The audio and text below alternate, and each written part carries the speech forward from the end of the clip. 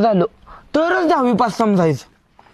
आणि बेरीज वजाबाकी गुणाकार भागाकार एवढं गणित चांगलं आहे की एचा वर्ग आणि बीचा वर्ग कुणी काढला असेल आणि काय उपयोग आहे याचा हा? अरे बाबा, जे सायंटिस्ट होणार आहेत, नाहीतर इंजिनियर होणार आहेत, अकाउंटंट असतात, त्यास नव्हतो की याचा उपयोग. अरे पण मग ज्यासने जे होयाचं आहे त्याला त्याचाच अभ्यास दिला तर, म्हणजे ज्याचा आपल्याला काही उपयोगच नाही ते शिकून तर काय करणार ना. आता बघ, आजच्या भूगोलात जसं भारतापेक्षा ब्राझीलचाच भूगोल जास्त दाखवलाय, तसंच या गणिताचा अभ्यास सगळ्याच कशाला. अरे बघ, कसं असतं माहित आहे का, आता 10वी पावतर का नाही कोणीच ठरवलं नसतं की आपल्याला भविष्यात जाऊन काय शिकायचं आहे किंवा काय करायचं आहे. त्यामुळं का नाही सगळ्यातलंच थोडं थोडं शिकवून ठेवतात. पुन्हा 11वीला असतेच की आपल्याला कला, वाणिज्य, विज्ञान. आणि पप्पांनी माहिती काढल्या. आणि इकडे गावात 3च असले ना तर बाहेरला काही काय असते, ज्यात आवडे तेच करता येतं.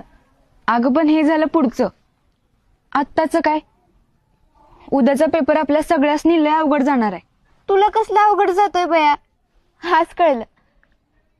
रेश्मे, तू लय हुशार आहेस. अगं हुशार जरी असले तरी गणिताचा पेपर कुणाला कवा सोप्पा गेलाय का? आभ्या, काय करायचं र?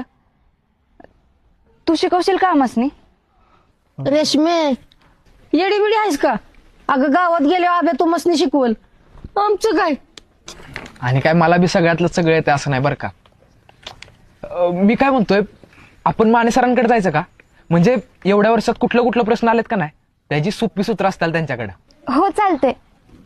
अरे पण हे हसणी कसं न्यायचं? हे कुठे आपल्या क्लासमध्ये? अगं त्यात काय होतंय तवा, हे बघ पेपराच्या वेळेला करताल ते मदत, एवढ्यासाठी नाच फीचा विचार करायचा. चला चल.